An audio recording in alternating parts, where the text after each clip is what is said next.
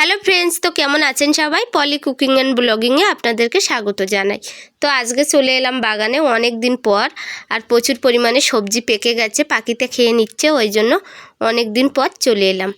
তো দেখতে থাকুন পুরো ভিডিওটি, স্কিপ না করে, অবশ্যই আপনাদের কাছে ভালো লাগবে। প্রথমেই এসেই দেখলাম যে পাখিতে খেয়ে নিয়েছে টমেটো, হাফটা খেয়েছে, পুরোটা খায়নি। তো সে টমেটোগুলোও নিয়ে নিলাম, কারণ ওই পাখিতে খাওয়া টমেটো একটু কেটে কেটে, বাড়িতে ছোট্ট মুরগির বাচ্চা আছে তো ওদেরকে কেটে খাওয়াবো, ওই জন্য সবগুলো নিয়ে নিয়েছি। আর এখানে সবে যে টমেটোগুলো পেকে যাচ্ছে সেগুলোকে তুলে নিয়েছি।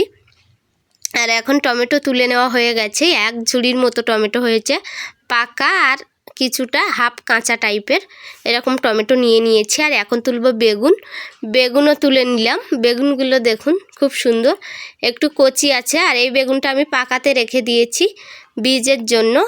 আর বেগুন আর টমেটো তুলে নেওয়া হয়ে গেলে এখন যাচ্ছি একটা পুঁই শাকের মাচানের পাশে। পুঁই শাকের মাচান দেখুন, পুঁই শাকের এই মিটুলিগুলো পেকে লাল হয়ে গেছে। পুঁই শাকের এই মিটুলি খাওয়া হয় না, আমাদের বাড়িতে সবাই বলে খেলে গ্যাস হয়ও, খাওয়া যাবে না। তো ওইভাবে নিচ দিয়ে দানা পড়ে নষ্ট হয়ে যাচ্ছে, ওইভাবে পড়ে আছে। আমি কিছুটা বীজ আগে থেকেও তুলে নিয়েছি। আর এখানে নিয়ে নিয়েছি আরও কিছুটা বেগুন। আর এই লঙ্কাগুলো কী লঙ্কার নাম বলে আমি জানি না, ঘি ঘি ফ্লেভার এই লঙ্কার, অনেকেই বোম্বাই লঙ্কাও বলে। তো সব কিছু তুলে নিয়ে চলে আসলাম। তো আজকের মতো সবাইকে টাটা।